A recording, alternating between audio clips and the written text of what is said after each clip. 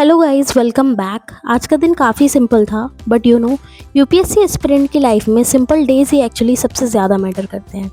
सुबह उठकर lights on की, थोड़ा सा स्ट्रेच किया और ऑनेस्टली दिन स्टार्ट करने में हमेशा थोड़ा टाइम लगता है।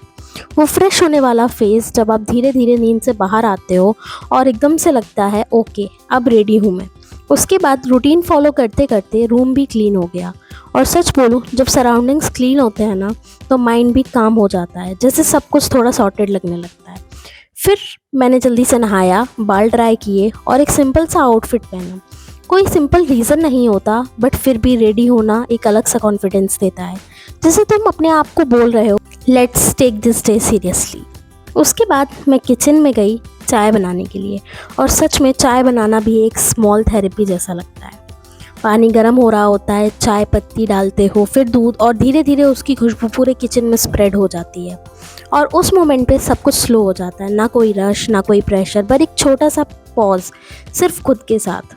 फिर चाय लेके मैं बैठ गई पढ़ने, और ऑनेस्टली चाय और पढ़ाई का कॉम्बो अलग ही पीसफुल होता है। ऐसा लगता है जैसे दुनिया थोड़ी देर के लिए रुक गई हो।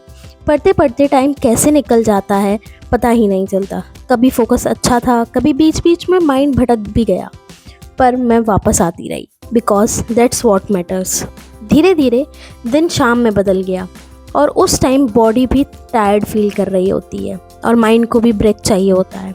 तो मैं थोड़ा सा नाश्ता किया, और ऑनेस्टली शाम को नाश्ता सिर्फ खाना नहीं होता, वो एक छोटा सा स्केप होता है। थोड़ा सा रिलैक्स करना, थोड़ा फ़ोन स्क्रॉल करना, और हाँ, मेरे लिए थोड़ा सा मास्टर शेफ़ देखना।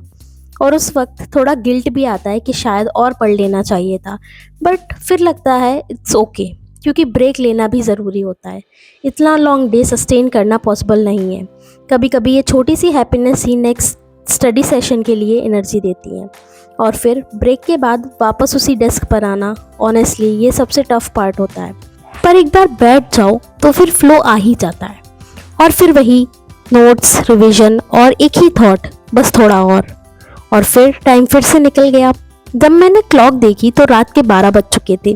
थकान भी थी, पर साथ में एक साइलेंट सा डिटर्मिनेशन भी था। मैंने लाइट्स ऑफ की, स्टडी लैम्प ऑन किया, और बस फिर से बैक टू स्टडीज। रात का साइलेंस कुछ अलग ही होता है। सब सो रहे होते हैं और तुम अपने सपनों के लिए जाग रहे होते हो। कभी कभी लगता है ये सेम रूटीन रिपीट हो रहा है, पर डीप डाउन हर दिन थोड़ा सा और क्लोज आ रहे हो। So that was my day, simple, real, थोड़ा सा टायरिंग बट मीनिंगफुल। और शायद ऐसे ही नॉर्मल डेज एक दिन एक्स्ट्रा ऑर्डिनरी रिजल्ट बनाते हैं। See you in the next one. और कल फिर से वही रूटीन, फिर से वही ग्राइंड। Bye bye.